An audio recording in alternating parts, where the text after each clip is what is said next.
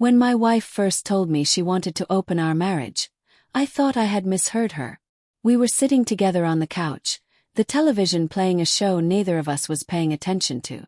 She muted it, turned toward me, and spoke as casually as if she were asking me to pour her a glass of water.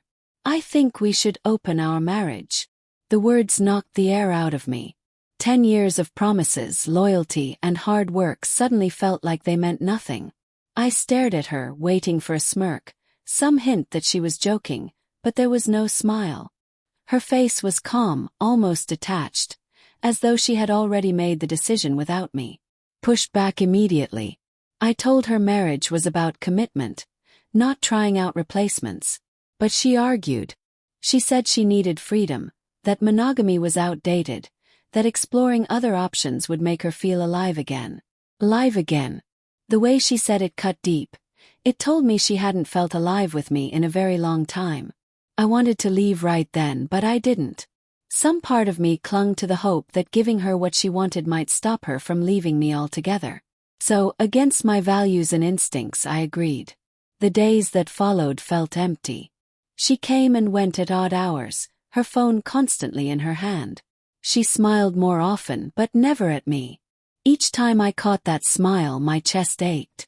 I tried to keep myself distracted. Running, staying late at work, spending long nights on the couch staring at the ceiling. But the truth gnawed at me. I wasn't her choice anymore. I was just the safety net. And then everything shifted because of her best friend. Claire had been part of our lives long before the wedding. Every birthday, every holiday, she was there by my wife's side. She knew our history, our highs and lows, and apparently she knew about this open marriage before I ever did.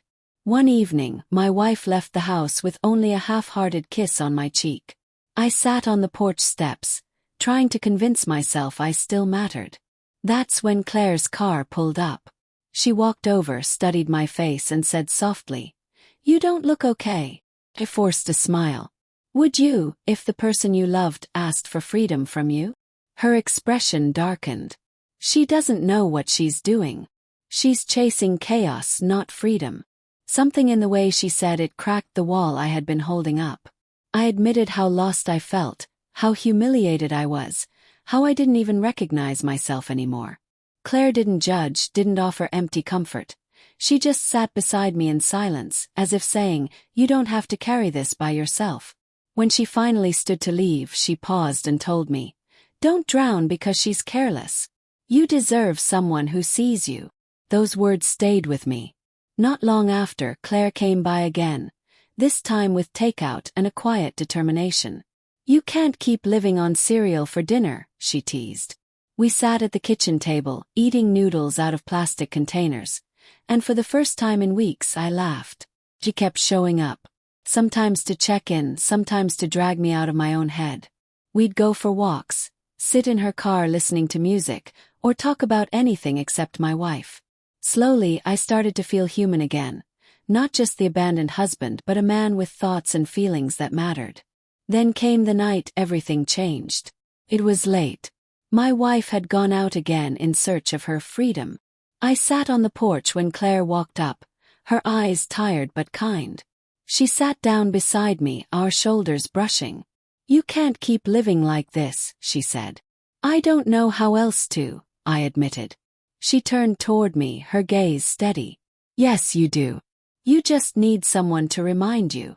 For a moment, I didn't see my wife's best friend sitting there. I saw a woman who truly saw me. My hurt, my worth, my need to be more than someone's backup plan.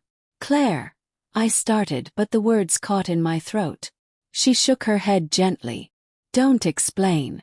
Just know you're not invisible." That night I realized something important. My wife had opened a door she didn't understand.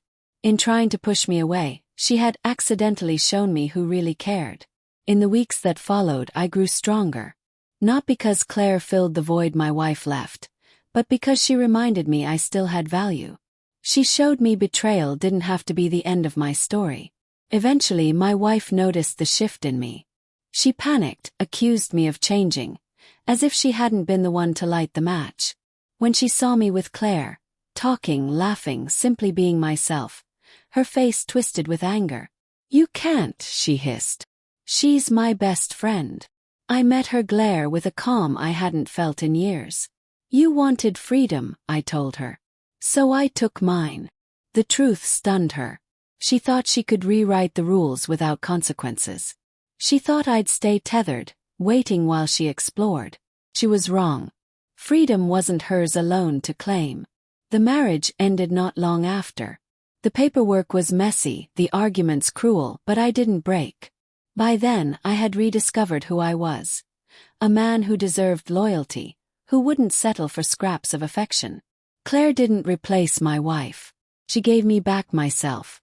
She reminded me that being wanted isn't about permission. It's about respect. My wife opened the marriage. Her best friend lifted me out of the wreckage. Not in the scandalous way gossip might suggest, but in the way that truly mattered. She reminded me I was alive, that I had worth, and gave me the strength to finally walk away. And that changed everything.